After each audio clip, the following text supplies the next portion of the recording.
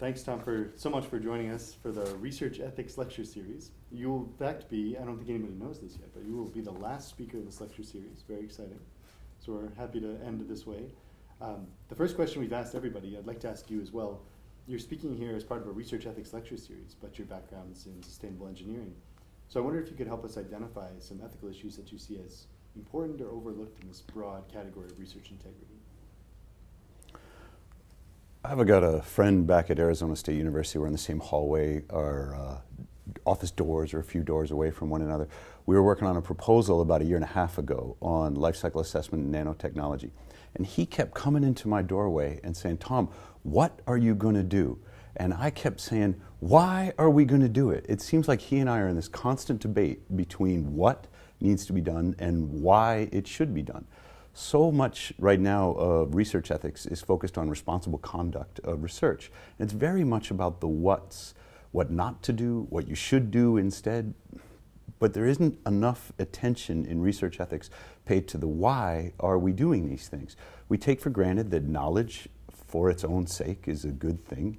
But in engineering, that's an insufficient argument. Engineering is a design discipline, and it is meant to create a new world that previously only existed in our imagination.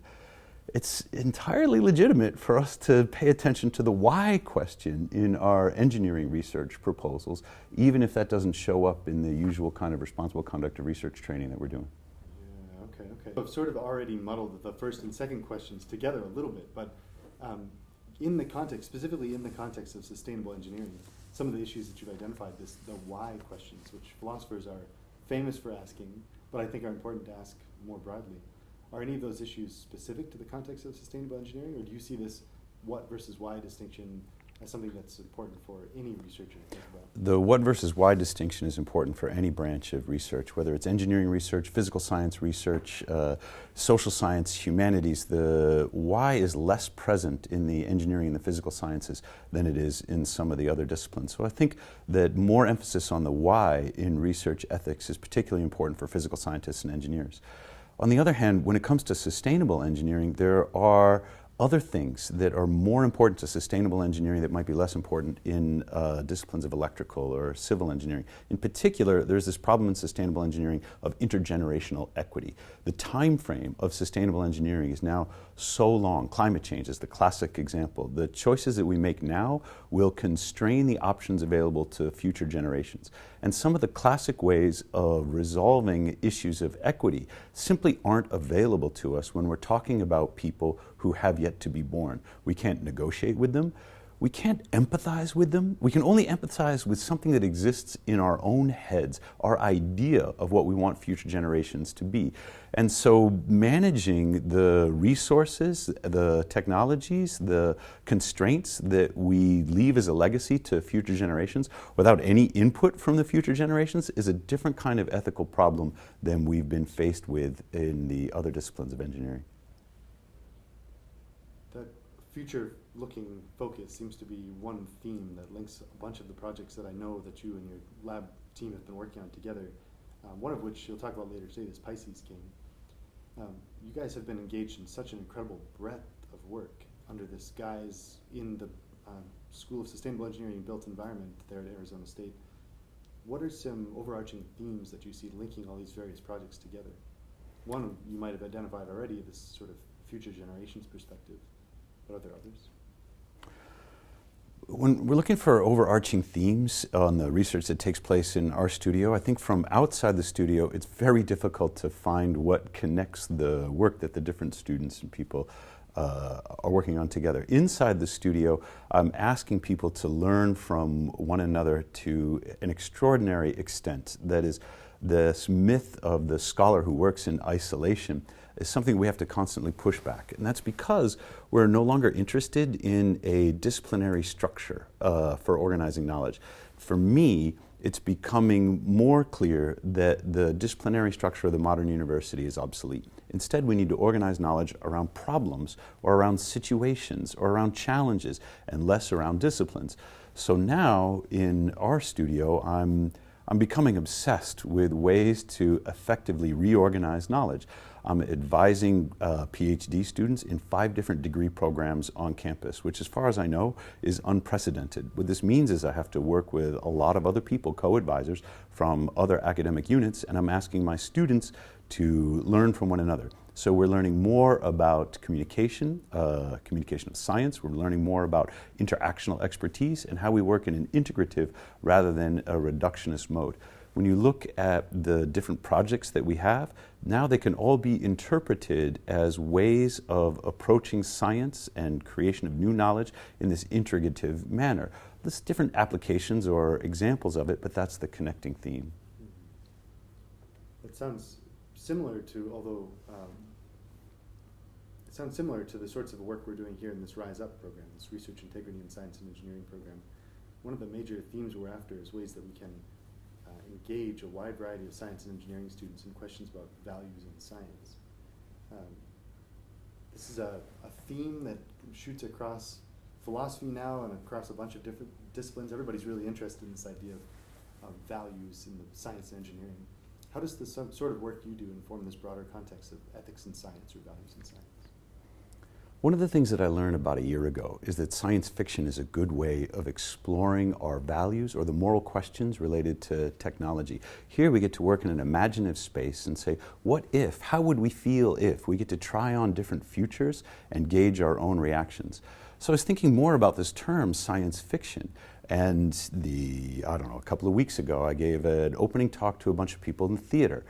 Science fiction seemed like the right way to try and find a common ground between a theater audience and me as an engineer. But the term itself sounds like an oxymoron. Science is about describing the truth, and fiction is about stuff that's just made up. So how could we have science and fiction?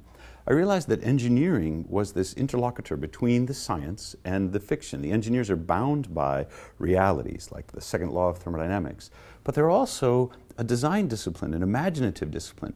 The engineer is the one who feels like they have permission to take something that only existed in their imagination and make it become a reality in the world. They're bound by physical constraints and physical laws in order to construct this reality. But imagine the hubris that it must take to say, that's a beautiful desert that you have there. What we really should have is probably a parking lot, maybe a Walmart, a few photovoltaic panels, a road, a highway. It's the engineer that takes the fiction and uses science to turn it into the reality. This is something that only the design disciplines have, and something that often the scientists and the philosophers, for that matter, will stop at, because engineering admits a normative agenda, whereas science and philosophy typically stops in this descriptive state of what is the world as it presents to us.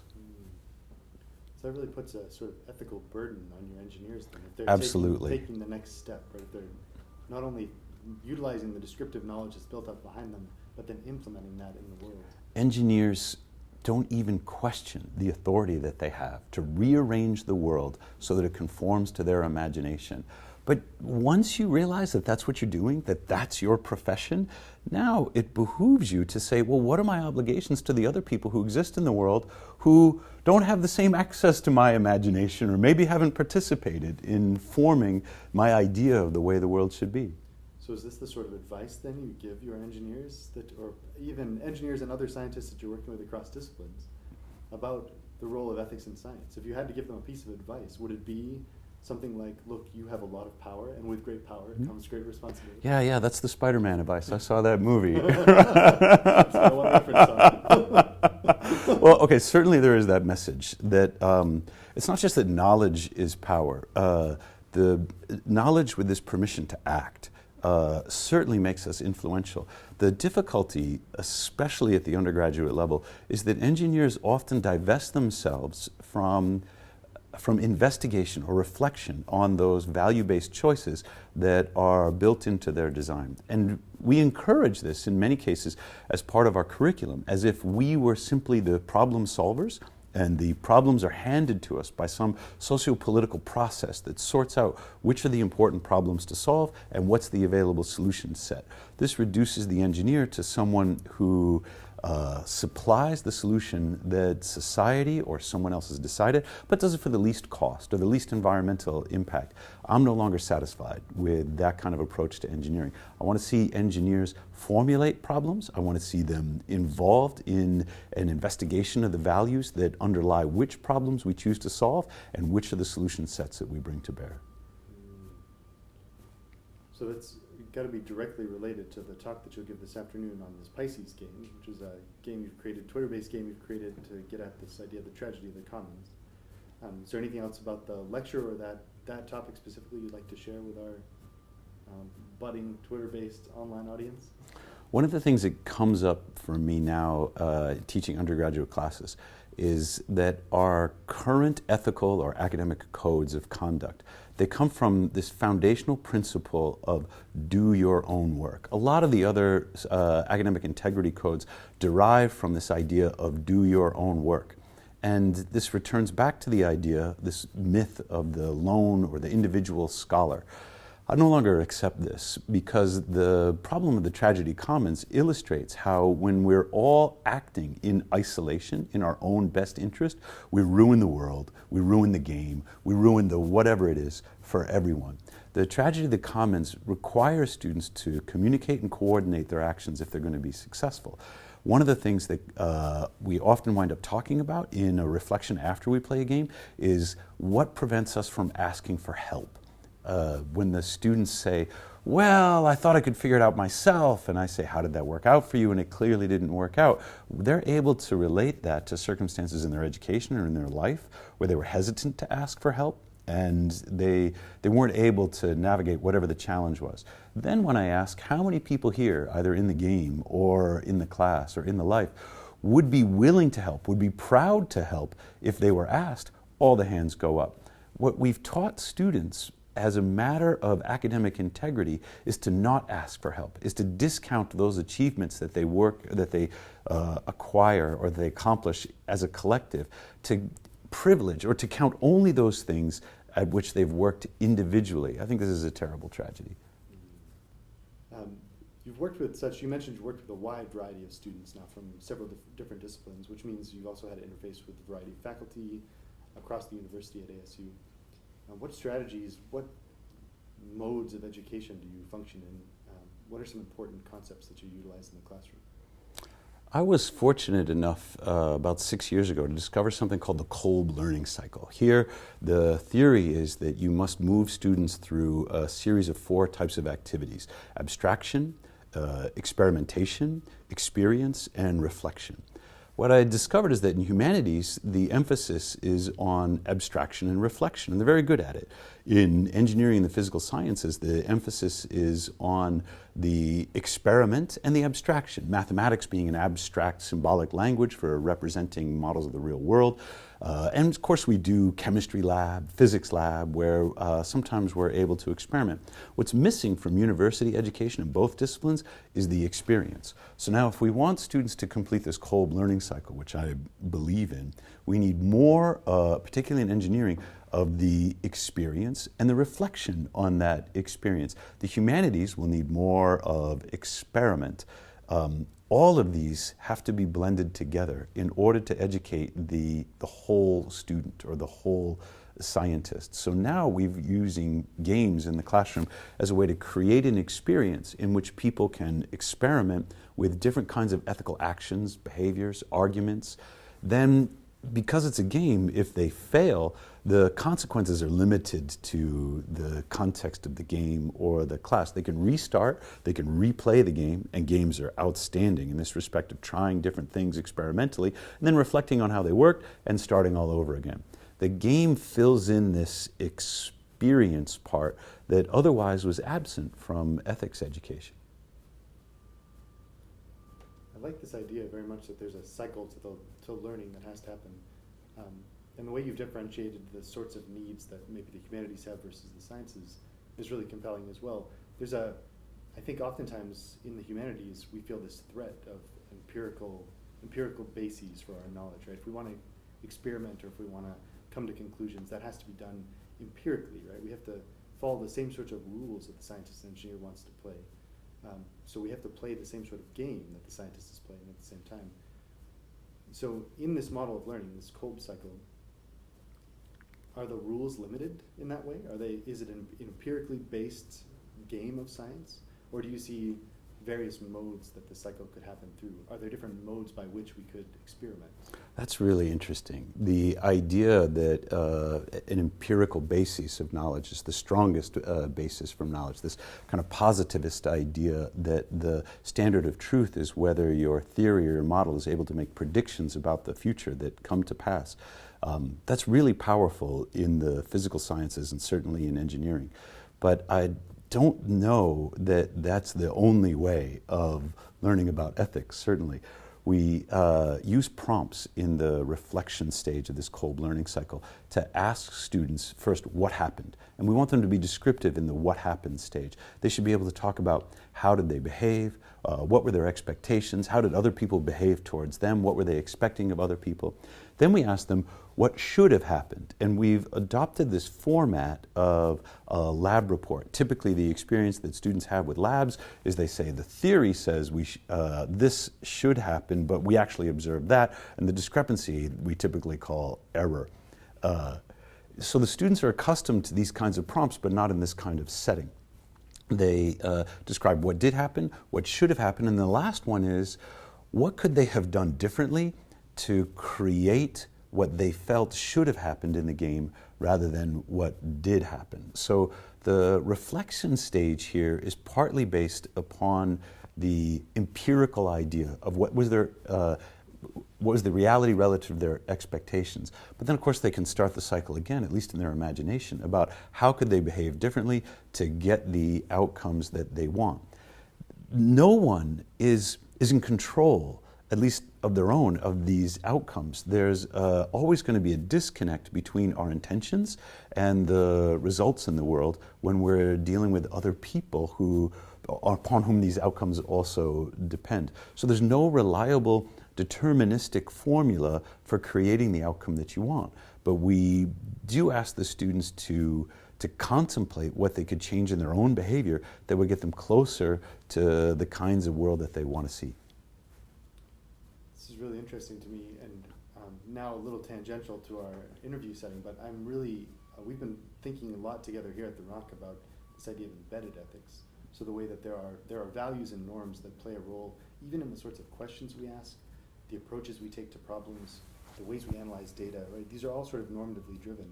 And it sounds like the orientation you're taking in this game scenario is allowing people to think about, to experience the way that something works out, and then backing them into the idea that they had expectations in the first place, and that they anticipated a particular result. And why did they anticipate that result? It's because they're oriented to the problem in a particular way. And the reason it didn't work out that way is because there might have been other players who are oriented to the problem in a different way. Absolutely. And I think this is a really exciting way of getting at this idea that there are norms deeply embedded in the practice of science, which maybe, hopefully, they can extrapolate out to their broader experience, their broader team-based research or individual projects. I'm so glad you bring up this idea of embeddedness, because ethics education is ordinarily something that happens in a separate workshop or a weekend retreat or a separate class. We've talked a lot about ethics across the curriculum, ethics in every class. These efforts haven't worked out very well. What are the ethics of differential equations? We could do it, but we're so preoccupied with solving the differential equations problems that we never see the connection to ethical issues. One of the reasons that we put the game on Twitter is so that we can run the game without the weekend retreat. The game runs on a 24/7 basis. We'd like people to be in their lives, in their classes, while the game is running, so that they're getting updates through their smartphone about what's happening in the game, and have to make these ethical decisions about how they're going to play while they're in their other classes, while they're in their other lives. I ran the game over spring break. I asked my students whether they thought it was even ethical to give them homework that came on a 24-hour cycle over break. Most of them felt that I had good intentions for their education and it was all right, but some of them felt, over break, I just wanted to unplug. I want to get offline. I don't want to be on Twitter the whole time. And of course my response was, I get it. You're a sustainable engineer. You want to save the planet, just as long as it doesn't infringe upon your vacation. The idea of doing it on Twitter and in social media is to say ethics is something that happens all the time while you're doing something else. We want this constant reminder that their behaviors have those kinds of ethical consequences that they have to be mindful of. I like that very much. And I'd like to end there, friends, that ethics is something that happens in our lives all the time. And it's something that this lecture series has tried to get at, I think, trying to think with people like yourself across disciplines, across universities, that there are ethical issues and barriers to understanding those ethical issues that are both institutional, intellectual, social, political, and that these barriers can be broken down in really unique ways, like game-based approaches. So again, thank you so much, Tom, for your time. Thank you. Pleasure. It's been a pleasure.